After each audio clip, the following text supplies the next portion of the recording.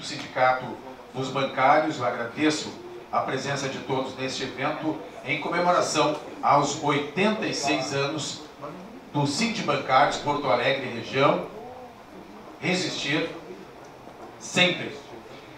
Vamos então um pouco da história, já que nós estamos falando de 86 anos. Apenas um rápido resumo. O Sindibancários, que foi fundado em 18 de janeiro de 1933, em uma Assembleia Geral que contou com 185 bancários. Desde lá, a entidade nunca deixou de lutar pela ampliação e manutenção dos direitos da sua categoria. A posição sempre firme do sindicato levou a diversas intervenções, como em 1946, do fim do Estado Novo, em 64, golpe militar, em 68, durante o ato institucional, AI-5, e em 6 de setembro de 1979, quando foi deflagrada a maior greve de bancários aqui de Porto Alegre. A atuação do sindicato levou os bancários a serem uma das únicas categorias com uma convenção coletiva de trabalho, válida em todo o Brasil. Também foi graças à luta organizada pela entidade que os bancários passaram a ter direito a receber a participação nos lucros resultados, a 13ª cesta alimentação e o piso diferenciado. Perdão. Outra conquista foi a redução da jornada de trabalho. Abrindo aspas, os bancários, assim como os demais trabalhadores brasileiros, sempre tiveram que lutar muito pelos seus direitos. Nunca ganhamos nada por bondade. São 86 anos de uma história de união, resistência e disposição por fazer um Brasil mais justo. E a todos que participaram de alguma manifestação, de alguma greve ou ato, esses todos ajudaram a escrever a sua história. Essas palavras são do presidente do Sindibancários, aqui presente entre nós, Everton Gimenez. Referência no Brasil quando o assunto é defesa dos trabalhadores, o Sindibancários comemora, portanto, seus 86 anos, no dia 18, amanhã, portanto, e para comemorar esta data tão importante, a entidade então preparou uma programação especial nesta noite. E em seguida nós teremos aqui um painel sobre os desafios dos trabalhadores para 2019. Não são poucos, nós sabemos. Participam deste painel a doutora em Direito do Trabalho, Valdete Severo, e o ex-ministro de Desenvolvimento Agrário, Guilherme Cassel. E nós já aproveitamos para agradecer a presença dos nossos dois painelistas. E na sequência, mas isso depois no quarto andar, nós teremos o lançamento do novo portal de notícias e serviços dos Sindibancários. Mais dinâmico, rápido e integrado às novas tecnologias. E encerramos as comemorações, é claro, com um coquetel. Então, neste primeiro momento, nós teremos o painel 86 anos do Sindibancários, o desafio dos trabalhadores para 2019. Nós queremos, já citamos o presidente do Sindibancários, Everton Gimenez. Também eu aproveito para agradecer a presença do governador Olívio Dutra aqui entre nós. Nós conversamos um pouco antes do início e ele me reforçava que foi presidente do Sindibancários entre 74 e 78. É isso, né, doutor Olívio? Também a presença do ex-vice-governador e ex-ministro Miguel Rosseto. Nós temos aqui também a presença do nosso ex-prefeito, o deputado Raul Ponte. E o Sindibancários é filiado à CUT, por isso, né, agradeço a presença também, aqui à minha frente, do presidente da CUT, Claudir Nestor. Nós temos também a presença entre nós do diretor da FETRAF, Edson Rocha. E nesse momento, então, nós vamos chamar os participantes deste painel para compor a mesa, começando com o presidente do Sindibancários, Everton Gimenez, por gentileza.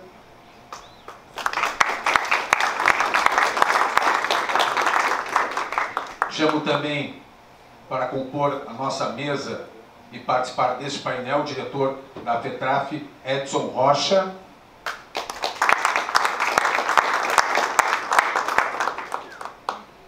E os nossos painelistas, convidados especiais, a doutora Valdete Severo, por gentileza, e o doutor Guilherme Cássio.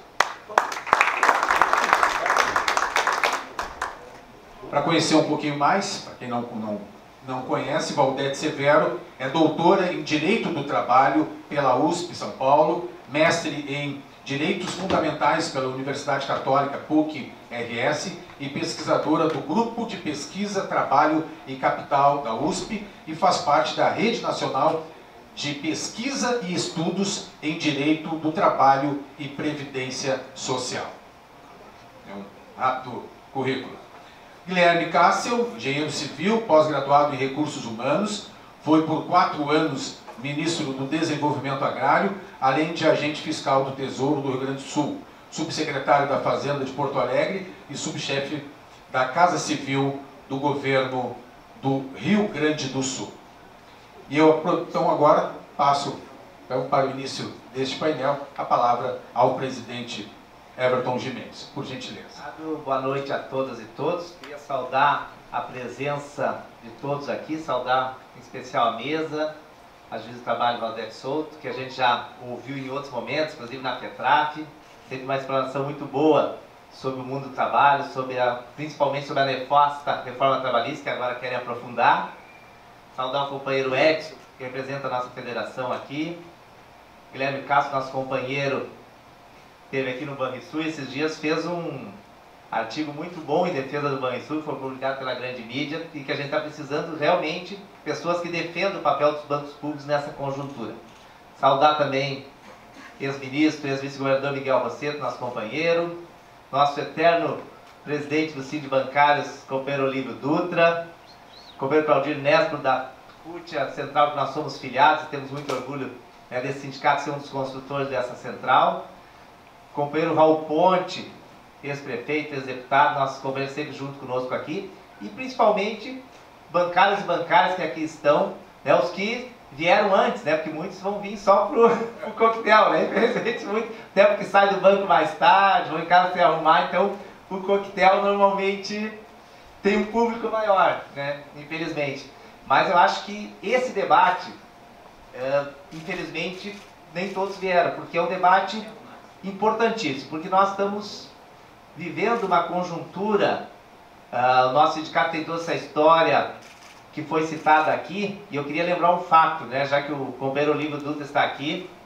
Esse ano, e nós queremos fazer alguma atividade sobre isso, esse ano nós vamos completar 40 anos da histórica greve de 1979, né, a greve que marcou a história do sindicalismo gaúcho na época da ditadura, foi a primeira categoria que conseguiu fazer uma greve aqui no nosso estado na época da ditadura. Começou aquele movimento do novo sindicalismo, das greves que ajudaram a derrubar a ditadura lá em 77, com os metalúrgicos do ABC, né, liderados por Lula, passou pelos bancários de São Paulo, metalúrgicos de São Paulo, e em 79 nós tivemos a grande greve aqui, que já foi citado, que teve toda a direção do sindicato, inclusive o companheiro Olívio Dutra, presa durante a greve, o sindicato sob intervenção, e a greve, que era por motivos econômicos, continuou. Eles acharam que prendendo toda a direção acabaria com o movimento, a greve continuou, mas daí, né, para conseguir a libertação da sua direção. Isso mostra,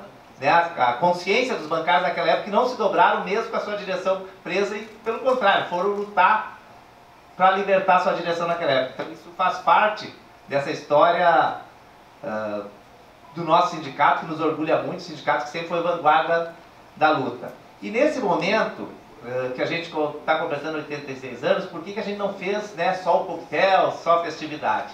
Porque nós achamos que, por mais que a história do sindicato seja importante, seja linda, tenha momentos importantes para a gente comemorar, tem que comemorar um sindicato de luta, um sindicato classista que está resistindo 86 anos aí com força, mas nós estamos num momento que a gente precisa também nos preparar para enfrentar o que vem pela frente, né? A conjuntura que nós estamos enfrentando, ela é muito difícil.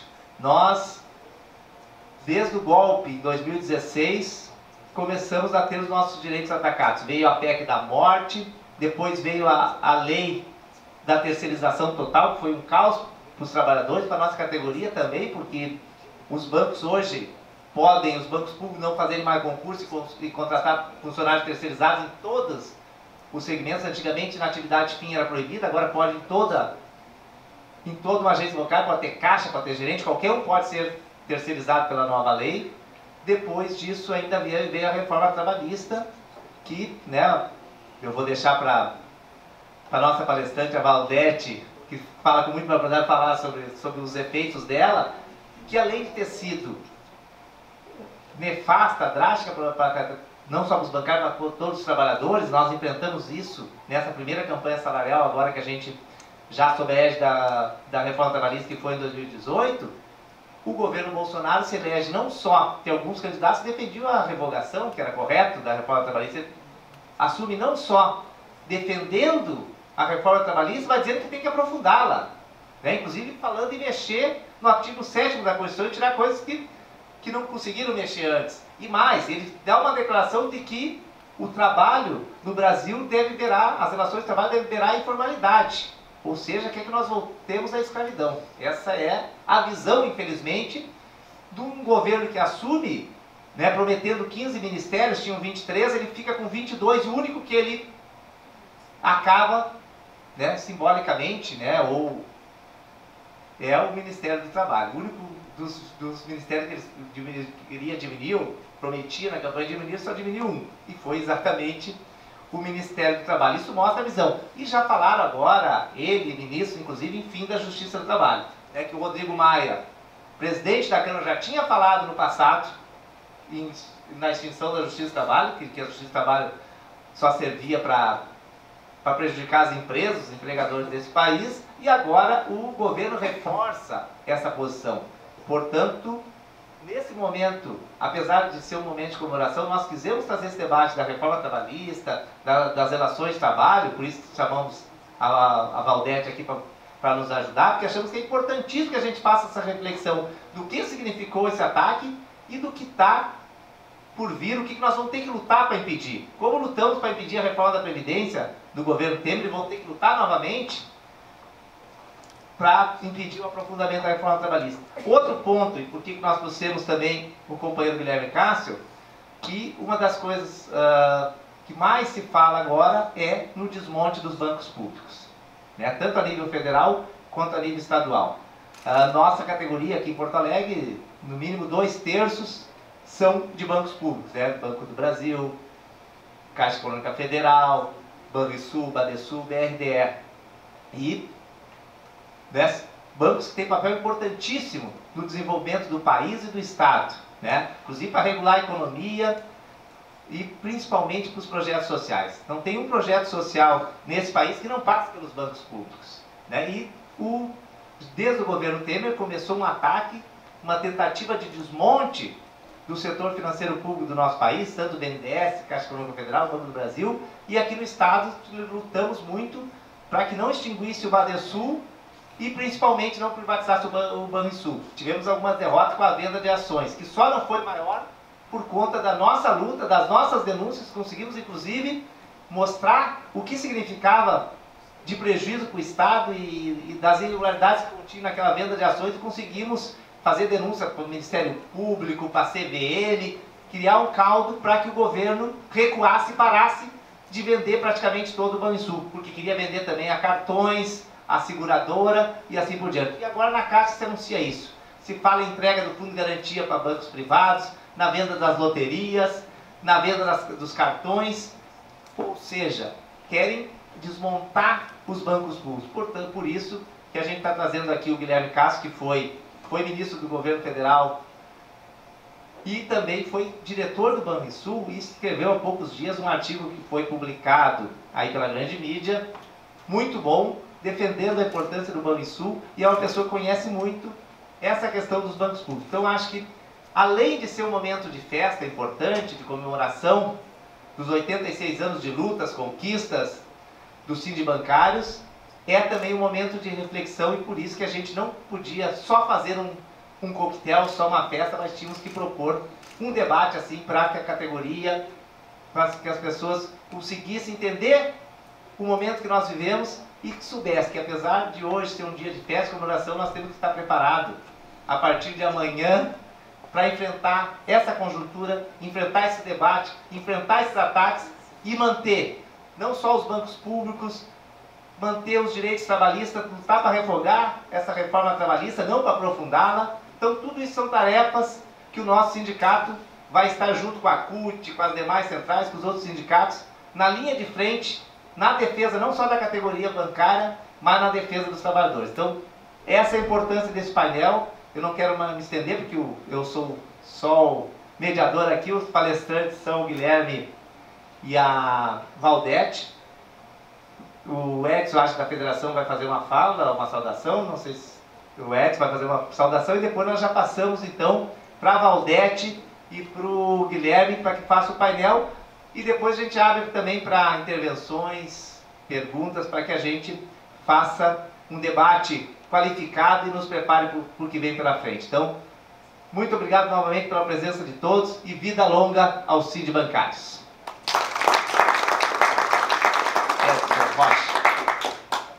Obrigado, presidente. Falar depois do presidente fica difícil, né? O cara fala pouco. Já deu um breve relato aí do que é o sindicato para nós, o que foi as conquistas, né? E o que vem pela frente com essa conjuntura aí de ataque à classe trabalhadora. Só nos resta, né, resistir sempre. É o que diz a nossa frase ali. Eu acho que foi bem colocado. E acreditamos que temos que preparar a nossa categoria, esse é o nosso papel, preparar a categoria bancária para a defesa dos bancos públicos, principalmente Caixa Federal, Banco Brasil, BRDE e o nosso Banrisul, né, para não deixar esses governos que vêm pela frente aí tentar ou privatizar ou fatiar, vender por partes, e é isso que vai acontecer. Então, acho que o sindicato está na linha correta. Felizmente, nós fizemos um acordo de 2 anos que garantimos alguns direitos, algumas conquistas que nós já tínhamos, né? E estava em risco também de perder direitos. Portanto, nosso papel é a defesa do emprego, defesa de direitos dos bancos públicos.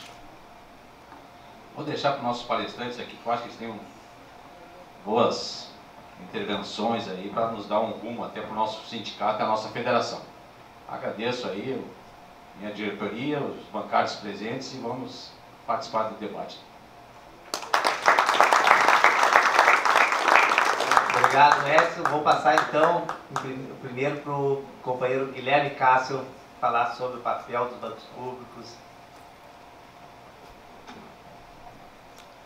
Boa noite a todos, a todas. Em primeiro lugar, parabéns pelos 86 anos do Sindibancários.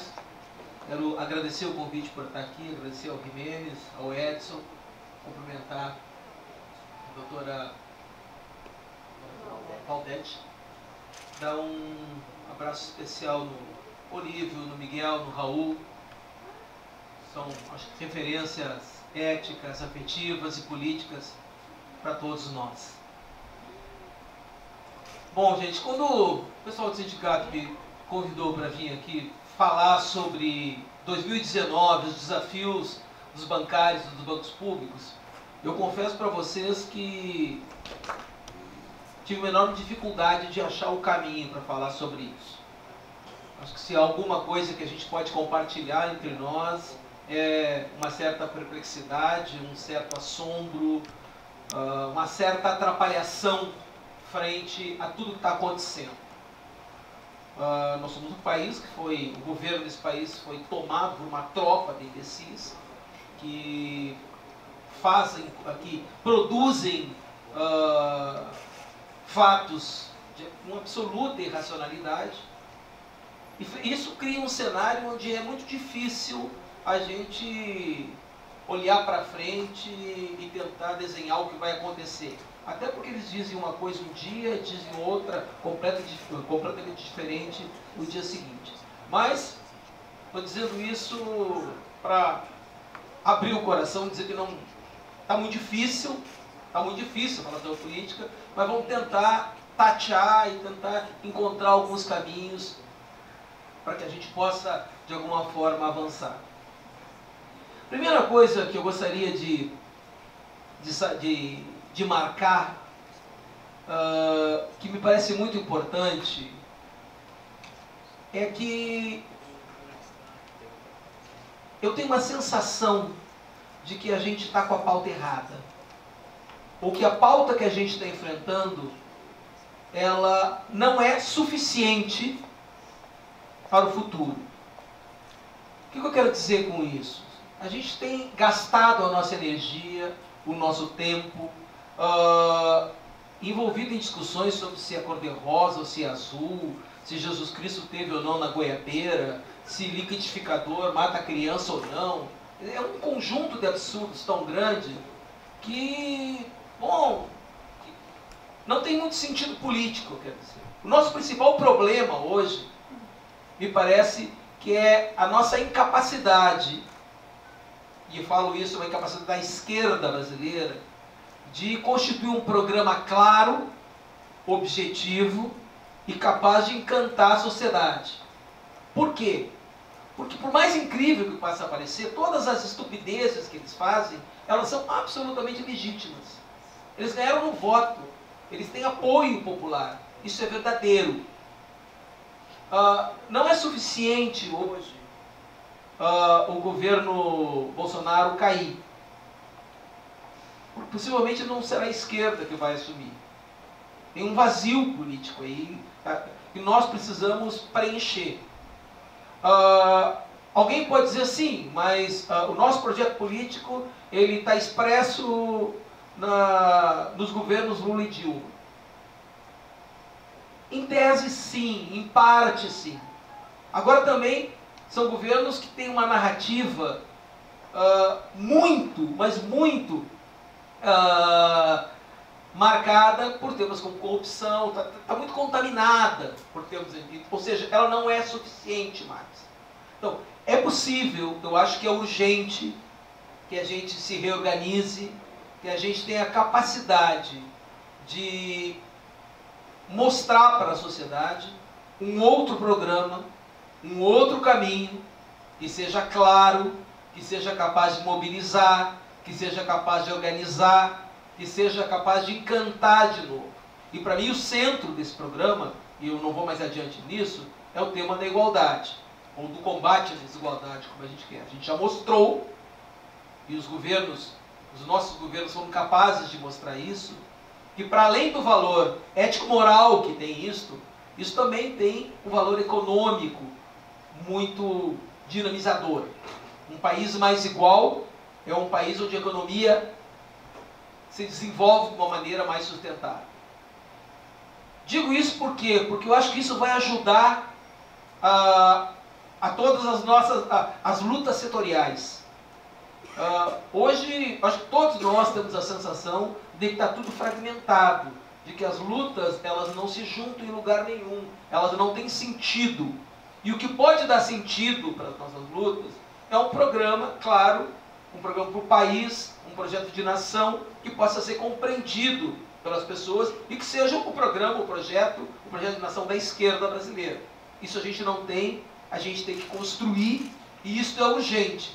Eu penso que na medida que a gente conseguir cumprir com essa tarefa, todo o resto fica muito mais fácil de ser enfrentado e tem muito mais sentido político. Dito isso, e para não fugir do tema da minha tarefa, que é tratar sobre o tema dos bancos públicos, também o método de ir tateando para tentar entender o que estão pretendendo.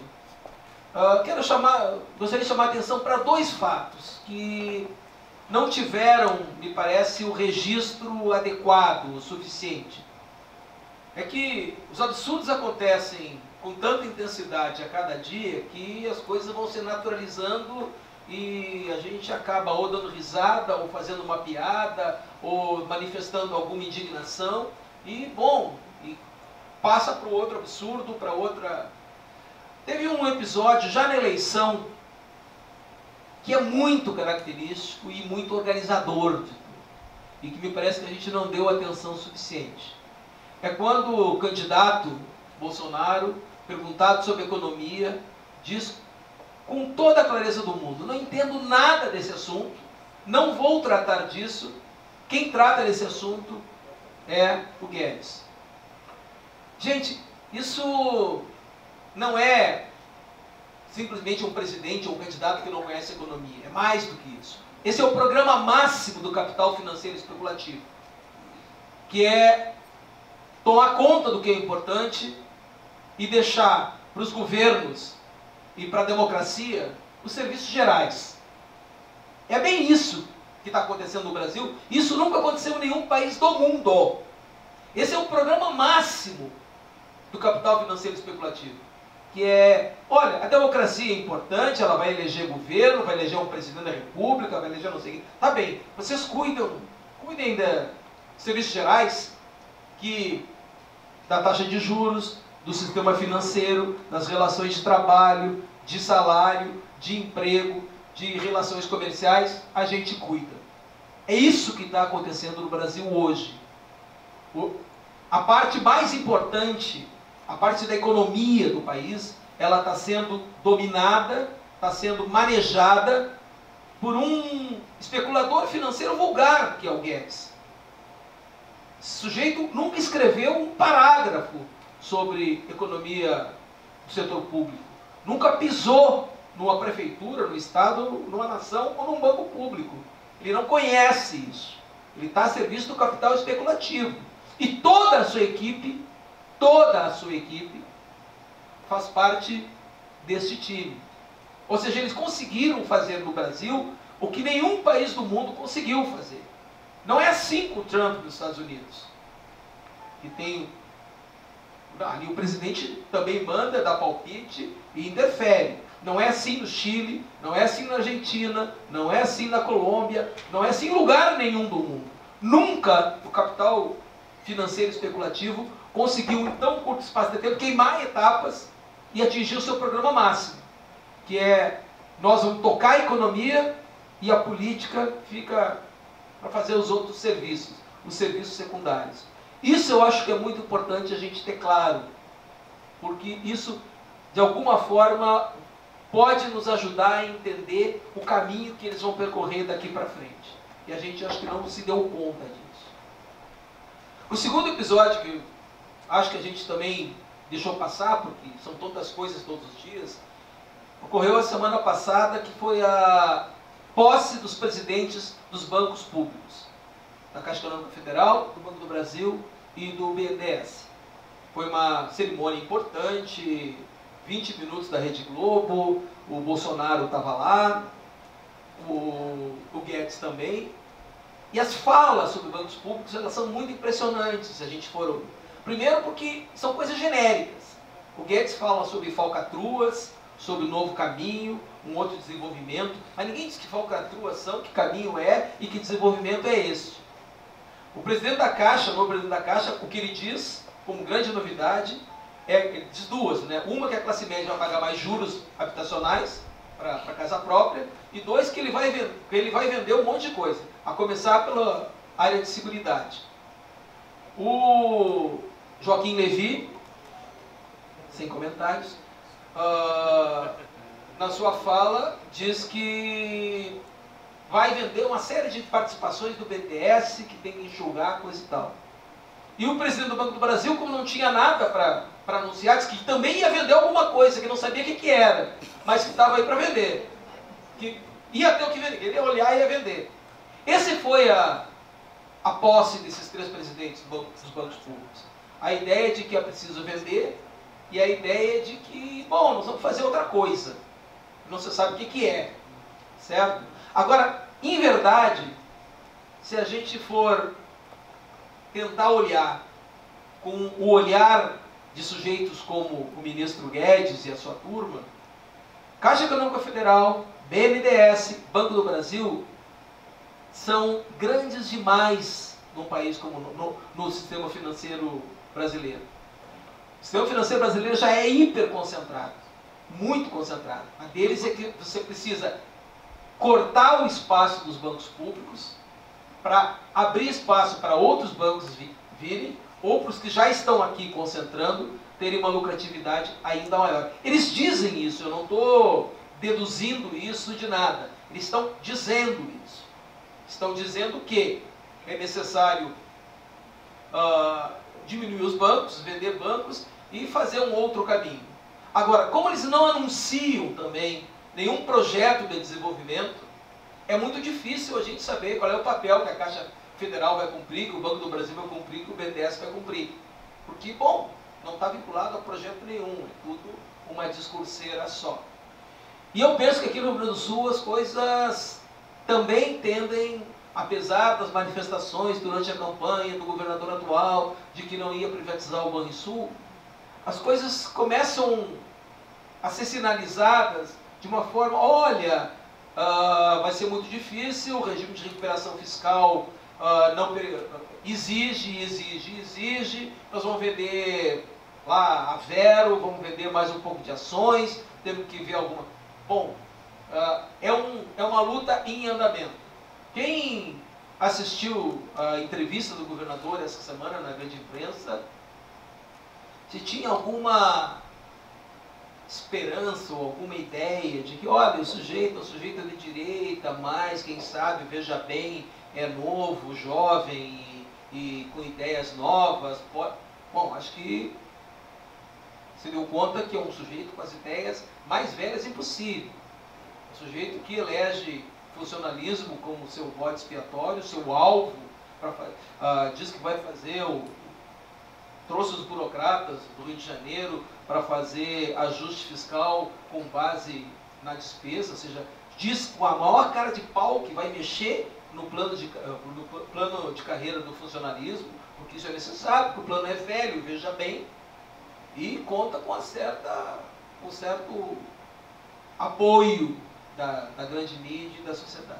Então, para encerrar, e a ideia era só levantar alguns pontos, do ponto de vista dos bancos públicos, eu acho que vem por aí um período extremamente difícil, um período que vai ser muito importante a gente ter capacidade de resistir, de se organizar.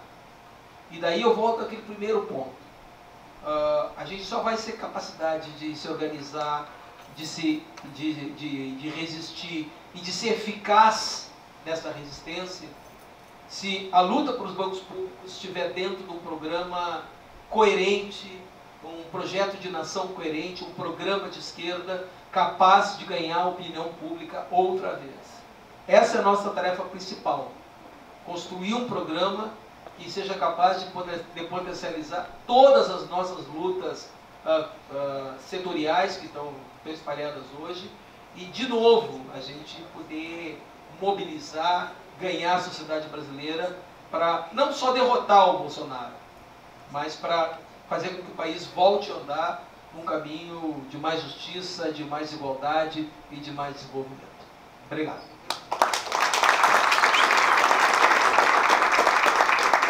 Obrigado, Guilherme. Vamos passar então agora para a Giza Trabalho Valdec Souto. Boa tarde, quase noite, né? A todas e todos. Eu começo agradecendo o convite. Quero dizer que o meu início de fala ia ser muito parecido com o do Guilherme. A minha sensação é a mesma. Está todo mundo perplexo, tentando descobrir por onde seguir, né? E é uma dor física, né, Guilherme? É impressionante. E é uma dor física que se materializa em seres humanos que a gente encontra nas esquinas pedindo ajuda porque estão passando fome, numa constância, numa quantidade que há muitos anos não se via em Porto Alegre. Hoje, na esquina da Ipiranga, ali do tribunal, eu vi um senhor vestido, assim, bem vestido, com óculos penduradinho aqui, com camisa, calça e tal, e dizendo, olha, por favor, me ajudem, eu perdi o emprego, eu não consigo outro emprego e eu não tenho como alimentar minha família. E é disso que a gente está falando, né? Quando a gente fala de qual é a perspectiva, quais são os desafios para os trabalhadores em 2019, qual é o desafio para o sindicato em 2019, o desafio, inicialmente, é sobreviver a uma realidade que é uma avalanche de retrocesso em todas as áreas. E aí a dificuldade, Guilherme, me parece, de conseguir centralizar todas essas lutas é porque os ataques são tantos que cada um desses grupos está preocupado em tentar impedir o desmanche na sua área imediata. Então os bancos públicos estão preocupados em não perecer, assim como a Justiça do Trabalho está preocupada em não ser extinta. Os trabalhadores estão lutando para não perder mais direitos. Os indígenas e aqueles que se preocupam com a demarcação das terras indígenas estão preocupados porque houve um desmanche das atividades do INCRA. E assim, esses são só exemplos do que está acontecendo em menos de um mês de um governo que, como foi dito aqui, foi eleito. Eu não diria eleito democraticamente, porque no meu sentimento, naquilo que eu consigo enxergar no Brasil, nós não temos democracia aqui desde 2016, pelo menos. E a derrocada do Estado Democrático de Direito e a entrada em um estado de exceção começa antes. Já a partir de 2013, na forma como os movimentos sociais foram atacados quando começaram a se mobilizar contra o estado de coisas. E quando foram cooptados pela grande mídia, que é um ator importantíssimo nesse processo de exceção que nós estamos vendo no Brasil, e o movimento acabou se tornando um movimento pelo impeachment da presidenta Dilma, que foi afastada do poder sem nenhuma prova de crime político. E com a denúncia demonstrada na imprensa muito antes, já no início do segundo mandato, de que o impeachment era algo programado, combinado e exigido, inclusive, por atores políticos que não queriam que a Operação Lava Jato fosse levada adiante para além daquilo que parece ser o seu objetivo principal, que é perseguir pessoas de um determinado partido. Então nós não vivemos mais numa democracia, não podemos falar de uma eleição democrática. Não podemos falar de uma eleição democrática também porque o sujeito que nós, bem ou mal, elegemos, foi eleito sem o voto de mais de 3 milhões de brasileiros que foram impedidos de votar em função de uma alteração na forma de cadastramento eleitoral que lhes foi comunicada, segundo informa a imprensa, através da conta de luz.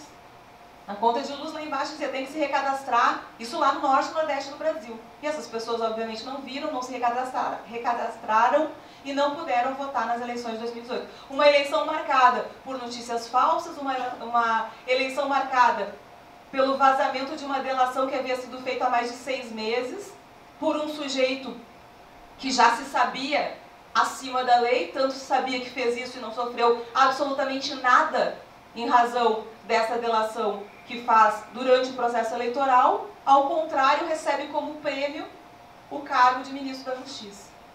Nós não podemos falar, portanto, em democracia no Brasil. E o grande desafio, me parece, não só da classe trabalhadora, mas como de toda a população brasileira, é justamente, em primeiro lugar, fazer esse resgate de onde foi que nós erramos, como é que a gente chegou aqui. Como é possível que um sujeito como Jair Bolsonaro seja presidente do Brasil em 2019? Um sujeito que nunca escondeu a homofobia, o racismo, o discurso violento, o discurso de exclusão.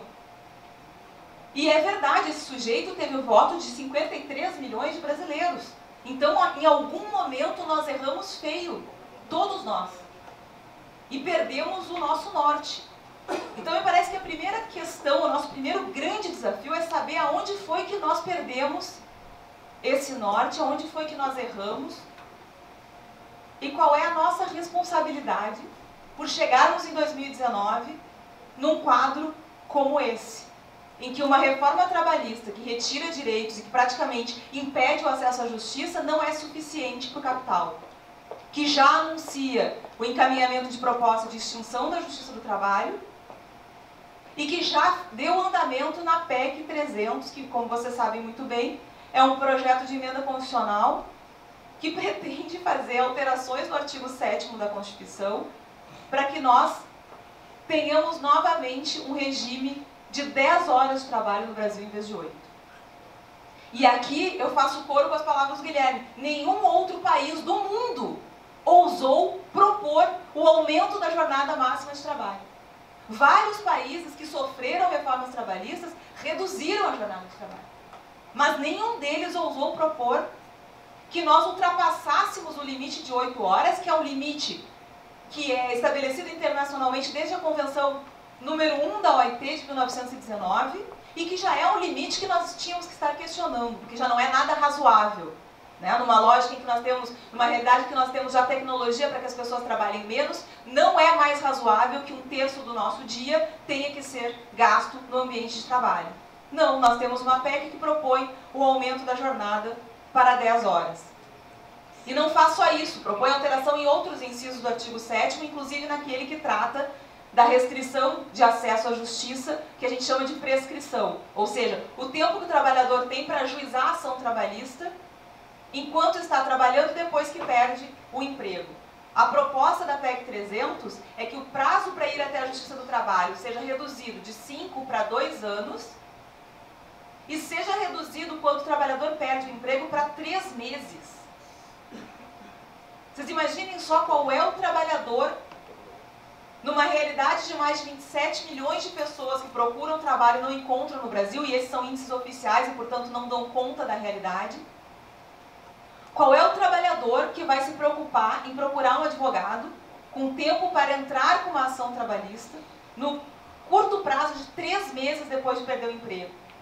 Porque primeiro ele vai ter que assimilar o golpe de ter perdido o emprego e depois ele vai ter que achar um novo trabalho. Então vejam, a extinção da Justiça do Trabalho, anunciada como uma possibilidade, porque eu ocupo o cargo da presidência hoje, nem precisa se dar por emenda constitucional, que proponha a alteração da Constituição para realmente extinguir a Justiça do Trabalho como instituição. Basta que seja aprovada a PEC 300. Basta que os juízes sigam aplicando a reforma trabalhista, que diz que o trabalhador, mesmo sem condições de acesso à justiça, mesmo declaradamente pobre e mesmo tendo essa condição de pobreza reconhecida pelo juiz, terá que pagar custas, honorários de advogado, honorários de perito, em relação a todos os pedidos que não tiverem procedência, ou seja, em relação a todos aqueles pedidos que ele não convencer o juiz de que ele tem razão.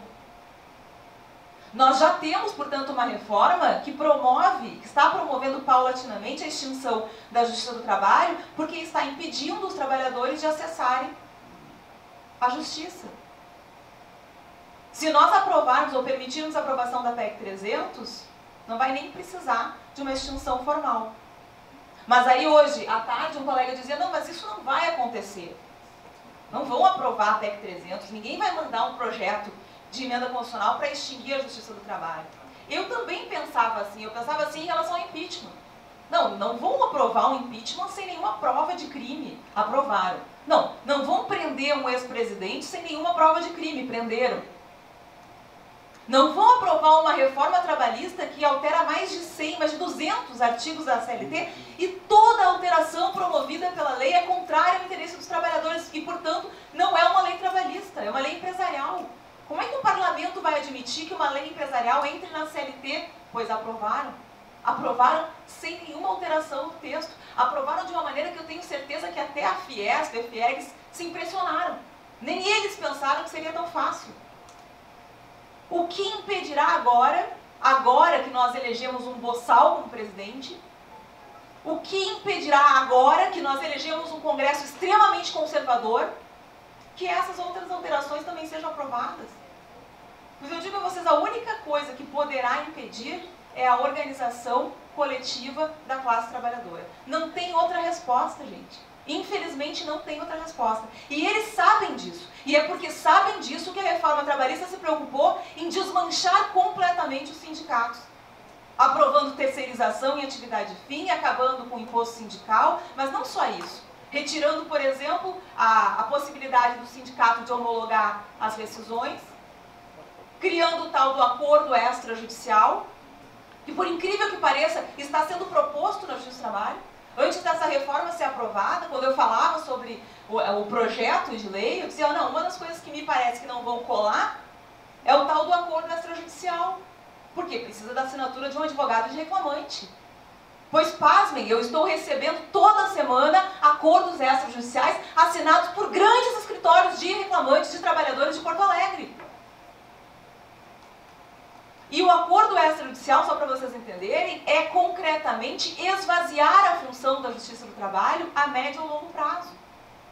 Porque é um acordo que as partes fazem fora do judiciário, sempre com aquela cláusula de quitação geral, ou seja, e via de regra é a rescisão. O trabalhador vai receber a rescisão, um pouquinho mais do que a rescisão, uma indenização lá prevista para tentar disfarçar a falta dos outros direitos trabalhistas que não estão sequer elencados nesse acordo, e vai dar a quitação de contrato, que significa dizer, na prática trabalhista, que ele não vai poder ajuizar uma ação para discutir nenhum outro direito depois. Pois os escritórios estão assinando e ajuizando essa aberração jurídica. Porque vejam só, se há acordo extrajudicial, se acordo há, não há litígio. Por que ir para a Justiça do Trabalho? Por que buscar a assinatura do juiz nesse acordo extrajudicial? Nós sabemos por quê. Para chancelar a cláusula de quitação de contrato que vai impedir que ações trabalhistas sejam ajuizadas no futuro por aquele trabalhador. Pois a advocacia trabalhista está fazendo esse papel. Mas não é só a advocacia trabalhista que está cumprindo o papel de chancelar o desmanche dos direitos trabalhistas. Também os sindicatos. Eu recebi, não acreditei, achei que era fake news, fui atrás, li, e é verdade. As centrais sindicais, a maioria delas, fez uma carta ao presidente Bolsonaro e entregou ao presidente no dia da posse, dizendo que quer conversar. Dizendo que está aberta para um diálogo democrático e, inclusive, para que reformas sejam feitas desde que haja discussão com a sociedade. Enquanto nós não nos dermos conta de que estamos sempre tentando conciliar, conversar, ajustar, abrir mão, ao contrário do outro lado, que não se preocupa em conversar, ajustar, conciliar, que patrola os nossos direitos, enquanto nós não entendermos que precisamos realmente bater de frente, nós não vamos conseguir mudar essa realidade. O governo que aí está, e que nada mais é do que uma sequência do que nós tivemos depois do golpe de 2016, nunca escondeu que pretende o desmanche completo de direitos sociais. Olhem a reforma da Previdência, o que é. Pois nós, as centrais sindicais, a classe trabalhadora, vai lá propor conciliação, propor diálogo, mas que diálogo? Que diálogo é esse que nós queremos ter com um governo que é a sequência de um golpe e resultado de um estado de exceção? Então, minha gente, o que eu quero dizer para vocês é que enquanto nós não nos dermos conta de que chega de conciliação e conversa e que é preciso organização da classe trabalhadora para resistir de forma radical, sim, a todas as investidas que esse governo fez, está fazendo e fará aos direitos sociais, e não só aos direitos sociais, aos direitos liberais também, nós não vamos conseguir nenhum avanço e talvez não consigamos nem mesmo impedir todo o desmanche que será proposto, porque, como bem disse o Guilherme, existe uma agenda, eles são organizados sim, existe uma agenda, essa agenda é ultraliberal e o objetivo dela não é melhorar a economia do país, é fazer terra arrasada. O problema é como organizar. E vocês estão aqui hoje comemorando 86 anos de um sindicato que é símbolo de luta coletiva no Brasil. Talvez nenhum outro sindicato seja tão simbólico para a luta coletiva no Brasil ao longo desses quase 100 anos de existência do que o Sindicato dos Bancários.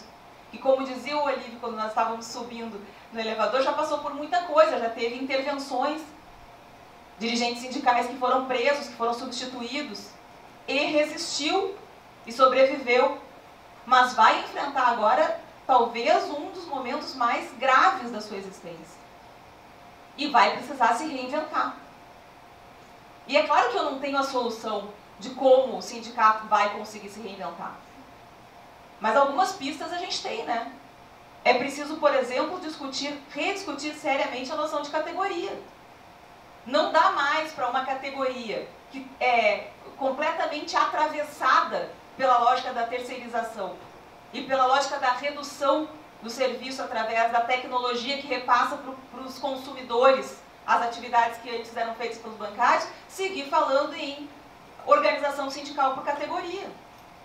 A gente tem que começar a brigar por um conceito de organização sindical que seja associativo e que busque a adesão dos desempregados, dos terceirizados, dos aposentados, ou seja, de pessoas que estão realizando atividade bancária e que não são mais reconhecidos como tal, não em razão de uma reestruturação do capital e trabalho, não, em razão da sacanagem que é a terceirização e o repasse de atividades, ou a criação de financeiras e outras empresas, para tentar esvaziar uma classe que se sabe que é uma classe poderosa, sim, para conseguir mudanças. Então, me parece que é algo urgente de se discutir, enquanto se comemora, e deve se comemorar realmente, a existência do sindicato por um período tão longo de tempo, é a forma como o sindicato vai fazer a sua luta a partir de agora. Quem vai lutar? Quem são os bancários? Todo mundo que está dentro da agência bancária, ou que de algum modo realiza atividade bancária, tem que ser considerado bancário. Ou tem que poder se associar ao sindicato dos bancários, para que ele tenha força para conseguir resistir. Porque sem associados que contribuam, não há como resistir. Outra pista que se tem é, o sindicato tem que retomar a sua função principal. A função do sindicato é lutar por direitos. Eu sei que é importante que os sindicatos tenham outras atividades associativas, recreativas, etc. Mas se isso era possível em determinado momento histórico, agora vocês vão ter que fazer uma opção drástica. Vão ter que estabelecer prioridades. E talvez abrir mão do que não é prioridade em nome da possibilidade de brigar pela manutenção de direitos. Porque se o sindicato não for forte o suficiente, na hora de negociar com o capital, não vai conseguir negociar sem abrir mão de questões fundamentais, como a 7ª e 8ª hora, por exemplo. É preciso pensar sobre isso, gente. E eu não estou falando isso, estou falando isso aqui porque eu estou falando com bancários, mas eu podia estar falando também para os meus pares e teria muita coisa para falar também para os juízes. Porque os juízes estão contribuindo, por exemplo, para a extinção da justiça do trabalho, por exemplo, só para dar um exemplo para vocês, com discursos do tipo, não, vamos mostrar para os empresários que a justiça do trabalho também é boa para eles. Como se os empresários estivessem interessados em saber disso.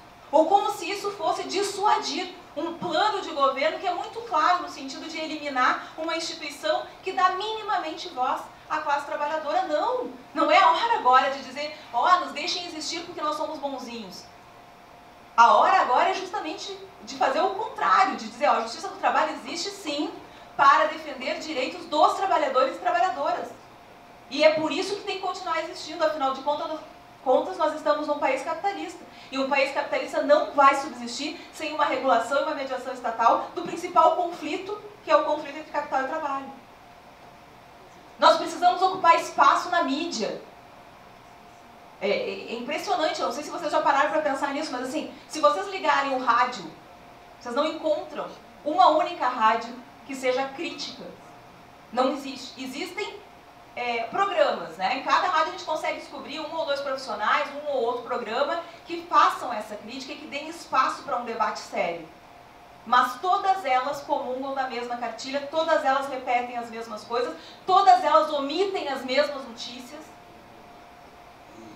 E a mídia foi um ator importantíssimo em todo esse processo de exceção que nós estamos vivendo.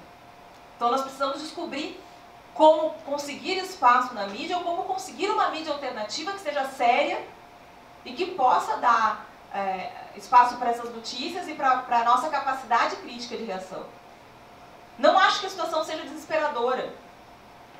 Nós temos capacidade de resistência e todos esses movimentos de que o Guilherme falava, que hoje estão separados e que devem se unir, eu concordo contigo, criaram uma força de racionalidade, de resistência e de luta muito grande nesses últimos anos. Desde a Constituição de 88, desde a abertura democrática, nós temos sim muitos grupos sociais que estão preocupados e um número muito significativo de brasileiras e brasileiros que estão preocupados com o que está acontecendo e que estão a fim de reagir. O que nós precisamos conseguir é canalizar essa energia, unindo e redescobrindo como lutar coletivamente. Isso não é fácil, né? Especialmente porque as redes sociais acabam nos transformando em atores de mídia apenas, né? Nos grupos de WhatsApp nós somos valentes, né? Postamos, xingamos, no Facebook também. Mas na hora de nos reunirmos e agirmos, temos mais dificuldade de exercer esse papel cívico. A gente tem que retomar isso também. Tem um caminho duro pela frente. Eu queria poder dizer para vocês, desde que eu recebi o convite, eu fico pensando nisso, eu queria poder chegar aqui e dizer para vocês, não, nós vamos resistir, não vão aprovar a reforma da Previdência, nem PEC 300, não vão extinguir banco público, nós vamos conseguir retomar o curso do país dentro de uma linha que nós tentamos ensaiar, mas não conseguimos levar adiante, de inclusão social e de busca de igualdade.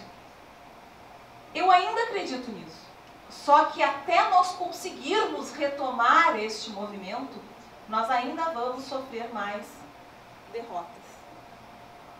E é preciso que a gente saiba disso, inclusive para a gente não desistir no caminho, né? Esses dias eu estava falando com o Souto Maior, a gente costuma conversar um para animar o outro e não desistir da batalha, e ele disse, olha só, a gente tem que seguir em frente sem olhar para o lado, porque muitos vão ficar para trás. Muitos vão desistir de seguir e nós nem sequer podemos acusá-los de não serem insistentes ou resistentes ou o que seja, porque realmente está difícil de seguir adiante. Então me parece que a principal palavra de ordem hoje é não desistir ou resistir, seguir em frente, sabendo, tendo a consciência de que nós ainda vamos enfrentar períodos muito duros, ainda vamos perder mais do que já perdemos, e que vamos ter um processo longo de reconstrução, mas nós estamos passando por um processo histórico, e é assim mesmo.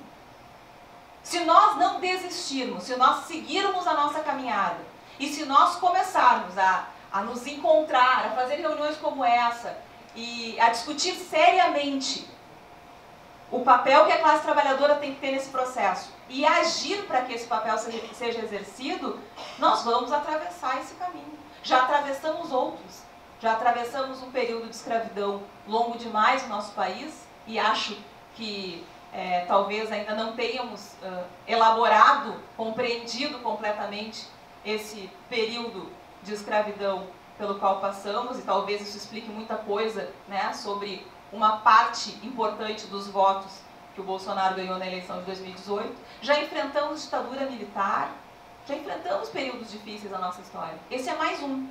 O que nós não temos o direito de fazer é desistir. Nós temos que seguir, temos que construir alternativas e enfrentar e ultrapassar esse período, talvez não para nós, mas para gerações futuras. Nós devemos isso a eles. Muito obrigada.